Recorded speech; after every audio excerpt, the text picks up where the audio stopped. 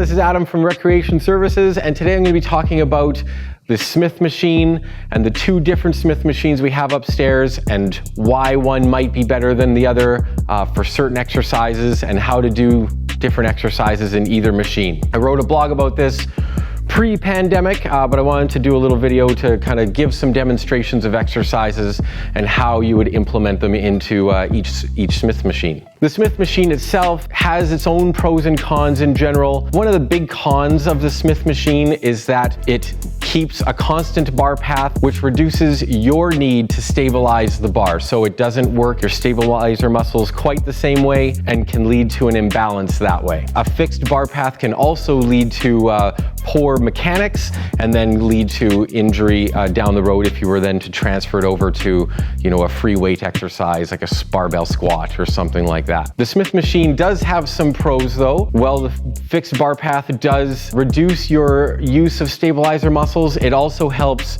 really isolate your primary movers. So if you're doing a calf raise, for example, or a squat, because you don't have to stabilize the bar, it really lets you load the bar and then emphasize the primary movers of the movement. So this can help lead to better isolation of the muscles, which can lead to better growth and strength gains. The Smith machine is also safer when you're going for heavy loads because it's easier to unrack and you don't have to worry about, again, failure of your stabilizers and stuff like that. So it is a little safer if you're trying to go heavy, and you can also manipulate your foot position to then isolate or emphasize different muscle groups. So you can change your foot positions in a squat to then emphasize more quads or more hamstrings and glutes and things like that. So the biggest difference and the most obvious difference between the vertical Smith machine and the angled Smith machine is the bar path. So where the vertical Smith machine, the bar moves vertically straight up and down,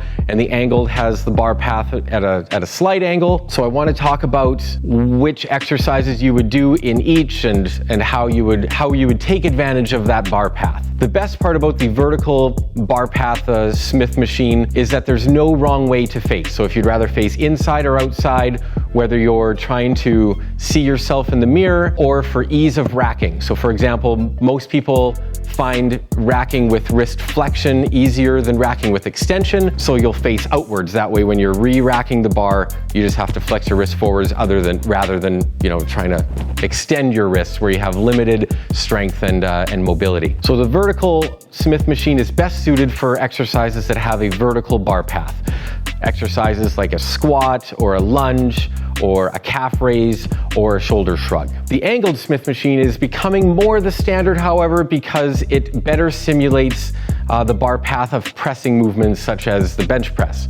So with the bench press, typically on the lower portion of the movement, the bar is closer to the middle of your chest, and then you get to the top of the movement and the bar is more kind of directly over your shoulders. So it's a little bit of an angled bar movement there. That being said, if you want to do an exercise with a vertical bar path, but on the angled Smith machine, whether someone's on the vertical or whatever, you can still simulate a vertical bar path on the angled Smith machine by creating a body angle. So you want to angle your body to mimic the angle of the rod of this angled Smith machine. So for example, for a squat, where you want a vertical bar path, you would step forward so that your body is angled back to match the angle of the bar path. That way your movement is still a vertical movement relative to your body. However, in the end, it all comes down to comfort. If you find that maybe the angled bar path doesn't quite match your movement and you're more comfortable in a vertical